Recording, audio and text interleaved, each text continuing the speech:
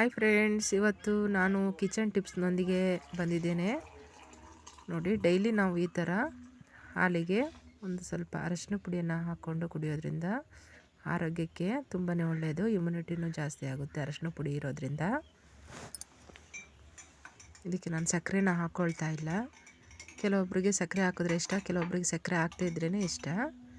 ಸಕ್ಕರೆ ಇಲ್ಲದೇ ಕುಡಿದ್ರೆ ಒಳ್ಳೆಯದು. ಈ ಥರ ಡೈಲಿ ಮಕ್ಕಳಿಗೆ ಬೆಳಗ್ಗೆ ಸಾಯಂಕಾಲ ಕೊಟ್ಟರೆ ಒಳ್ಳೆಯದು.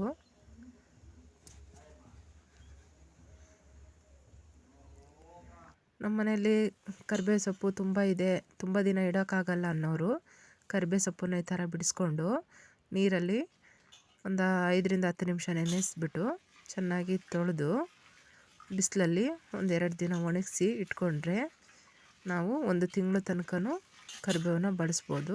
ಯಾಕಂದರೆ ಒಣಗಿರುತ್ತಲ್ವ, ಹಸಿದು ತುಂಬ ದಿನ ಇಡೋದಕ್ಕೂ ಆಗೋದಿಲ್ಲ. ಈ ಥರ ಟಿಪ್ಸ್ನ ಫಾಲೋ ಮಾಡಿದ್ರೆ ಕಿಚನ್ಗೆ ಯೂಸ್ಫುಲ್ಲು. ಇನ್ನೂ ಜಾಸ್ತಿ ಇದೆ ನಮ್ಮ ಮನೇಲಿ ಕರಿಬೇವು ಸೊಪ್ಪು ಅನ್ನೋರು ತೊಳೆದ್ಬಿಟ್ಟು ಈ ಥರ ಪ್ಲಾಸ್ಟಿಕ್ ಬಾಕ್ಸಲ್ಲಿ ಹಾಕಿ ಇಟ್ಕೊಂಡು ಫ್ರಿಜ್ಜಲ್ಲಿ ಇಟ್ಕೊಂಡ್ರೆ 15 ದಿನ ತನಕ ನಾವು ಬಳಸ್ಬೋದು. ಫ್ರೆಶ್ ಆಗೇ ಇರುತ್ತೆ ಕರಿಬೇವಿನ ಸೊಪ್ಪು. ಒಬ್ಬರು ಮನೆಯಲ್ಲಿ ಮರ ಇರುತ್ತೆ, ಕೆಲವೊಂದು ಕಡೆ ಮರ ಇರಲ್ಲ ಅಂಥವ್ರು ಮಾತ್ರ ಈ ಥರ ಟಿಪ್ಸ್ನ ಫಾಲೋ ಮಾಡ್ಬೋದು. ಫ್ರಿಜ್ಜಲ್ಲಿಟ್ಟರೆ 15 ದಿನ ತನಕ ನಾವು ಕರಿಬೇವು ಸೊಪ್ಪನ್ನು ಬಳಸ್ಕೋಬಹುದು. ಈ ಥರ ಬಾಕ್ಸಲ್ಲಿ ಹಾಕಿಟ್ರೆ. ಮಾರ್ಕೆಟಿಂದ ನಾವು ಹಣ್ಣನ್ನು ತಂದಿರ್ತೀವಿ, ಸಡನ್ನಾಗಿ ಹಂಗೆ ತೊಳ್ಕೊಂಡು ಹಂಗೆ ತಿಂದುಬಿಡ್ತೀವಿ. ಆದರೆ ಅದು ತಪ್ಪು ಮಾಡೋದು. ಅದಕ್ಕೆ ಕೆಮಿಕಲ್ ಎಲ್ಲ ಹಾಕಿರ್ತಾರೆ. ಅದಕ್ಕೆ ನಾವು ಏನು ಮಾಡಬೇಕಪ್ಪ ಅಂತಂದರೆ ಈ ಥರ ಎಲ್ಲ ತೆಗೆದುಬಿಟ್ಟು ಕ್ಲೀನ್ ಮಾಡಿ ಒಂದು ಪಾತ್ರೆಗೆ ಹಾಕ್ಕೊಂಡು ಅದಕ್ಕೆ ಸ್ವಲ್ಪ ನೀರನ್ನು ಹಾಕ್ಕೊಂಡು ಸ್ವಲ್ಪ ಉಪ್ಪನ್ನು ಹಾಕಿ 10-15 ನಿಮಿಷ ಕಾಲ ನಾವು ಬಿಡಬೇಕು ನೀರಲ್ಲೇ. ಯಾಕಂದರೆ ಅದಕ್ಕೆ ಕೆಮಿಕಲ್ ಹಾಕಿರೋದ್ರಿಂದ ಹಾಗೆ ಸಡನ್ನಾಗಿ ತಿನ್ನಬಾರ್ದು.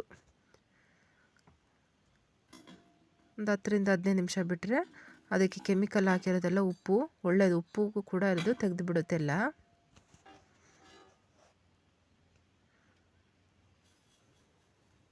ಇದೊಂದು ಕಿಚನ್ ಟಿಪ್ಸ್ ಒಳ್ಳೆಯದು.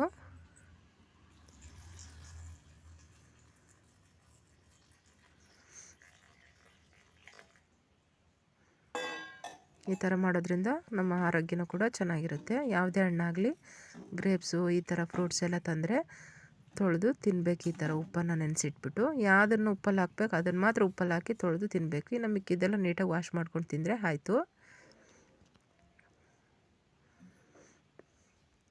ನಮ್ಮ ಮನೇಲಿ ಬಾಳೆಹಣ್ಣು ತುಂಬ ಇದೆಯಪ್ಪ, ತಿಂದು ಬೇಜಾರಾಗಿದೆ. ಏನು ಮಾಡೋದು ಬಾಳೆಹಣ್ಣಿಂದ ಅಂತಂದರೆ ವೆರೈಟೀಸ್ ಇದೆ. ಈಗ ಸಡನ್ನಾಗಿ ತಿನ್ನಬೇಕು ಇಲ್ಲ ಜ್ಯೂಸ್ ಮಾಡ್ಕೊಂಡು ಕುಡಿಬೇಕು ಅಂದರೆ ಈ ಥರ ಬಾಳೆಹಣ್ಣನ್ನು ಒಂದು ಮಿಕ್ಸರ್ ಜಾರಿಗೆ ಹಾಕಿ ಅದಕ್ಕೆ ಸ್ವಲ್ಪ ಸಕ್ಕರೆನ ಹಾಕಿ ನಮಗೆ ಸ್ವೀಟ್ ಎಷ್ಟು ಬೇಕೋ ಅಷ್ಟು. ಕೆಲವೊಬ್ರಿಗೆ ಸಿಹಿ ಇಷ್ಟ ಆಗುತ್ತೆ, ಕೆಲವೊಬ್ರಿಗೆ ಸಿಹಿ ಇಷ್ಟ ಆಗೋದಿಲ್ಲ. ನಾನಿಲ್ಲಿ ಒಂದು 2 ಸ್ಪೂನ್ ಅಂದರೆ ಫುಲ್ಲು ಹಾಕ್ಕೊಳ್ತಾ ಇಲ್ಲ, ಒಂದೊಂದು ಅರ್ಧ ಭಾಗದಷ್ಟು ಹಾಕ್ಕೊಳ್ತಾ ಇದ್ದೀನಿ. ಈಗ ಅದಕ್ಕೆ ಅರ್ಧ ಗ್ಲಾಸಷ್ಟು ಹಾಲನ್ನು ಹಾಕ್ಕೊಳ್ತಾ ಇದ್ದೀನಿ.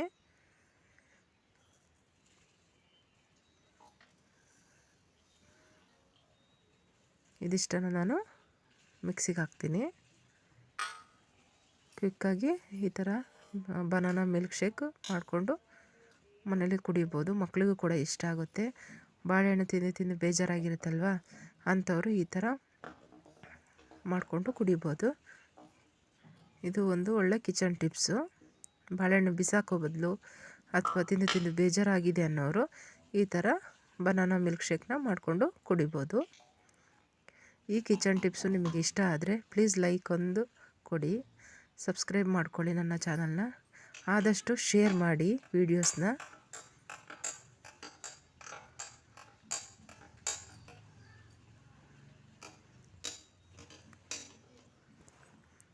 ಈ ಕಿಚನ್ ಟಿಪ್ಸ್ ಹೇಗಿದೆ ಅಂತ ಕಮೆಂಟ್ ಬಾಕ್ಸಲ್ಲಿ ತಿಳಿಸಿ ಫ್ರೆಂಡ್ಸ್.